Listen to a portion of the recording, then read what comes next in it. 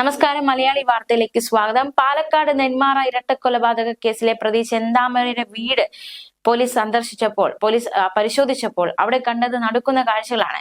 വീട്ടിൽ നിന്ന് പകുതി ഒഴിഞ്ഞ വിഷക്കുപ്പി കണ്ടെത്തിയിരിക്കുകയാണ്. ഇയാൾ വിഷം കഴിച്ചിട്ടുണ്ടോ എന്ന ഒരു സംശയം ശക്തമാകുന്നു. ഇയാള് വിഷം കഴിക്കാനുള്ള സാധ്യതയും തള്ളിക്കളയാനാകില്ല എന്നാണ് പോലീസിന്റെ നിലവിലെ നിഗമനം.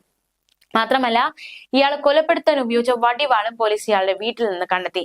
പോത്തുണ്ടി മലയടി വാരത്തിൽ ഡ്രോൺ ഉപയോഗിച്ചുള്ള പരിശോധനയാണ് പോലീസ് നടത്തുന്നത്. തമിഴ്നാട്ടിലേക്കും അന്വേഷണം വ്യാപിപ്പിച്ചു. 7 പേരടങ്ങിയ സംഘമാണ് പോത്തുണ്ടി മേഖലയിൽ പരിശോധന നടത്തുന്നത്.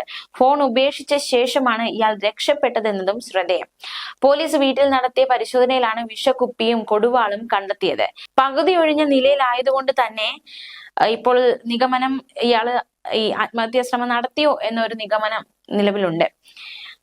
ഒന്നുകിൽ കൃത്യത്തിന് ശേഷം പ്രതി കാട്ടിലേക്ക് ഒളിച്ചു പോയിരിക്കാം, അല്ലെങ്കിൽ തിരുപ്പൂരിലെ ബന്ധുവീട്ടിലേക്ക് ഇയാൾ പോയിരിക്കാം. പോലീസിന്റെ നിഗമനത്തിൽ മറ്റൊന്ന്, വിഷം കഴിച്ച് പ്രതി അടുത്ത പ്രദേശത്ത് എവിടെയെങ്കിലും കിടക്കുന്നുണ്ടാകാം എന്നാണ്. ഈ സംശയം മുൻനിർത്തിയാണ് പോലീസ് സമീപ പ്രദേശങ്ങളാകെ പരിശോധന നടത്തുന്നത്. പ്രതിയെ ഉടൻ തന്നെ പിടികൂടാൻ അല്ലെങ്കിൽ കണ്ടെത്താൻ സാധിക്കുമെന്ന് പോലീസ് അറിയിച്ചു.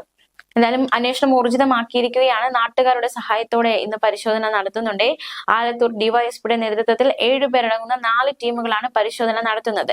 കൊലപാതക ശേഷം പ്രതി കഴിഞ്ഞിരുന്ന പോത്തുണ്ടി, നെല്ലിയാമ്പതി, മലയടി വാരങ്ങളും തെരച്ചിൽ വ്യാപിപ്പിക്കും. 2019 കൊലപാതകത്തിന് സമാനമായ രീതിയിൽ വിശന്നാൽ ഭക്ഷണത്തിനായി ഒളിവ് വിട്ട് ചെന്താമര പുറത്തിറങ്ങിയേക്കാമെന്ന് പോലീസ് കരുതുന്നുണ്ട്. അതേസമയം ചെന്താമരയുടെ സഹോദരനുമായി ആലത്തൂർ പോലീസ് തിരുപ്പൂരിലും പരിശോധന നടത്തുന്നുണ്ട്. അതേസമയം മരിച്ച സുധാകരന്റെയും അതുപോലെ തന്നെ അമ്മ ലക്ഷ്മിയുടെയും മൃതദേഹം ഇന്ന് പോസ്റ്റ്മോർട്ടം ചെയ്യും. സുധാകരന്റെ സഹോദരിയുടെ തേവർമണിയിലെ വീട്ടിലേക്ക് കൊണ്ടുവരുന്ന മൃതദേഹം ചടങ്ങുകൾക്ക് ശേഷം സംസ്കരിക്കും. ഈ കേസിൽ ഇൻക്വസ്റ്റ് റിപ്പോർട്ട് പുറത്തു വന്നു. കൊലപ്പെടുത്തണമെന്ന ഉദ്ദേശത്തോടെ തന്നെയാണ് ചെന്താമര ആക്രമണം നടത്തിയിരിക്കുന്നത്. 8 വെട്ടുകളാണ് സുധാകരന്റെ ശരീരത്തിൽ ഉണ്ടായിരുന്നത്. കൈ, കാല്, കഴുത്ത്, തല എന്നിവിടങ്ങളിൽ വെട്ടേറ്റു. വലതു കൈ അറ്റ നിലയിലായിരുന്നു. കഴുത്തിന്റെ പിറകിലേറ്റ മുറിവാണ് സുധാകരന്റെ മരണത്തിന് കാരണം. ലക്ഷ്മിക്ക് 12 വെട്ടുകളാണ് ഏറ്റത്. അതിമാരകമായ മുറിവുകളാണ് ലക്ഷ്മിയുടെ ശരീരത്തിൽ ഉണ്ടായിരുന്നത്. കണ്ണിന്റെ ഭാഗം മുതൽ ചെവി വരെ നീളുന്ന വെട്ടേറ്റിരുന്നു. ഇതാണ് ലക്ഷ്മിയുടെ മരണ കാരണം.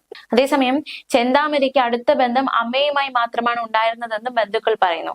ഭക്ഷണം സ്വയം പാകം ചെയ്യാറാണ് പതിവ്. പേടി കൊണ്ടാണ് തറവാട് വീട്ടിൽ കയറാൻ അനുവദിച്ചിരുന്നത്. ജാമ്യം തേടാൻ കുടുംബം സഹായിച്ചിരുന്നില്ലെന്നും ബന്ധു വെളിപ്പെടുത്തി. ചെന്താമരയെ ഇനിയും പോലീസിന് പിടികൂടാനായിട്ടില്ല. എന്തായാലും പ്രതിയെ ഇന്ന് പിടികൂടാനാകുമെന്ന പ്രതീക്ഷയിലാണ് ഏവരുമായിരിക്കുന്നത്. ന്യൂസ് ഡെസ്ക് മലയാളി വാർത്ത.